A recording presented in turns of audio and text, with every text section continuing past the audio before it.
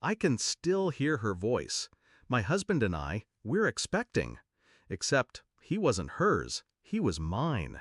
It happened at my birthday dinner of all nights.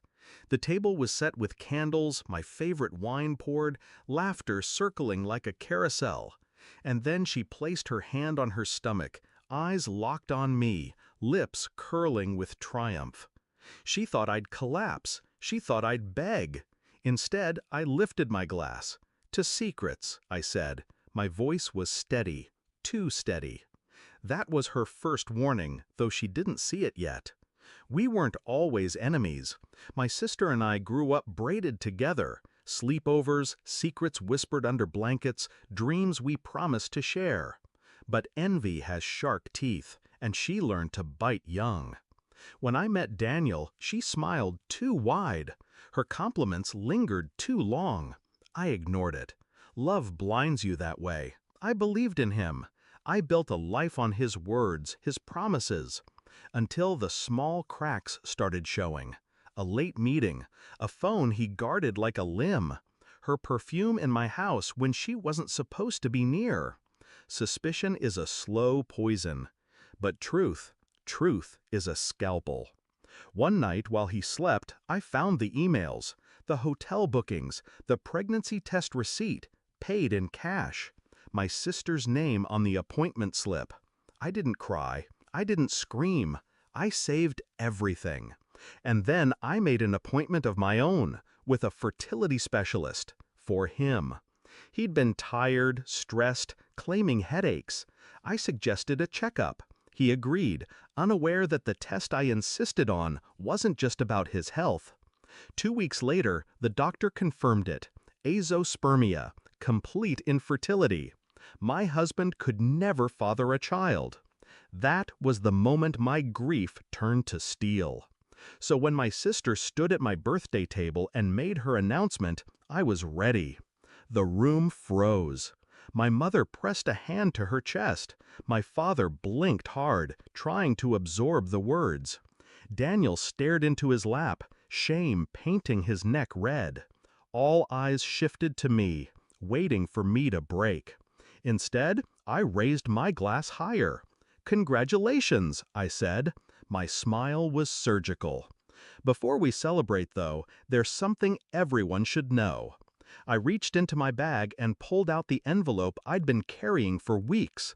The test results, signed, sealed, undeniable. "Last month," I said, my eyes cutting to Daniel, "my husband took a fertility test. The doctor's words were clear. He can't have children.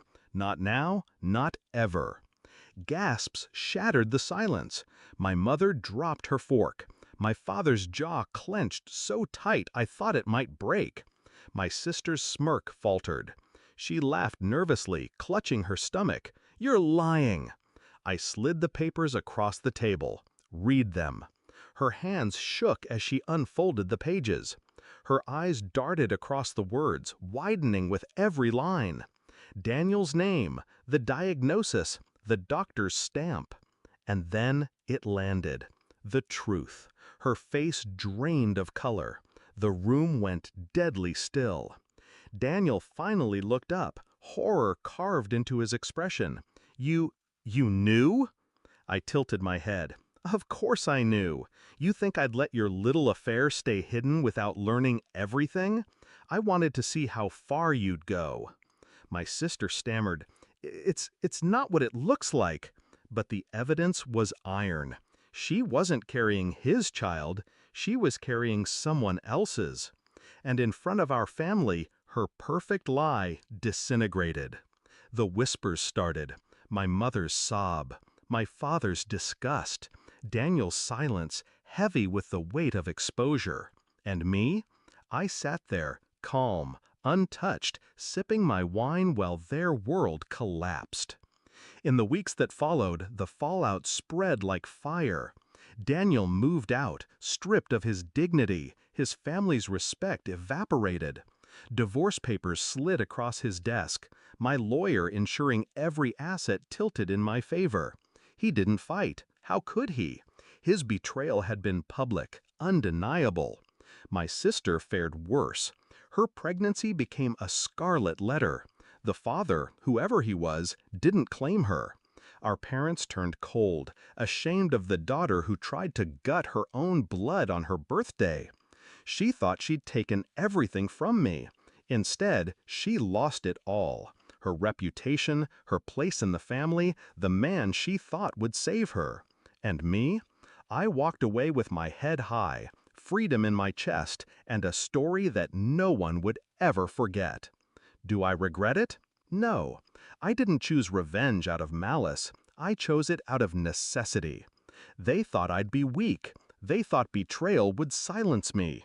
But silence, when sharpened, is a blade. On that night, when I raised my glass and exposed them, I didn't just end their lies. I reclaimed myself. The funny thing is, they expected me to collapse. Instead, I watched them do it. And I'll never forget the sound of glass breaking against tile, the echo of their downfall, while I tasted the sweetest sip of wine I've ever had.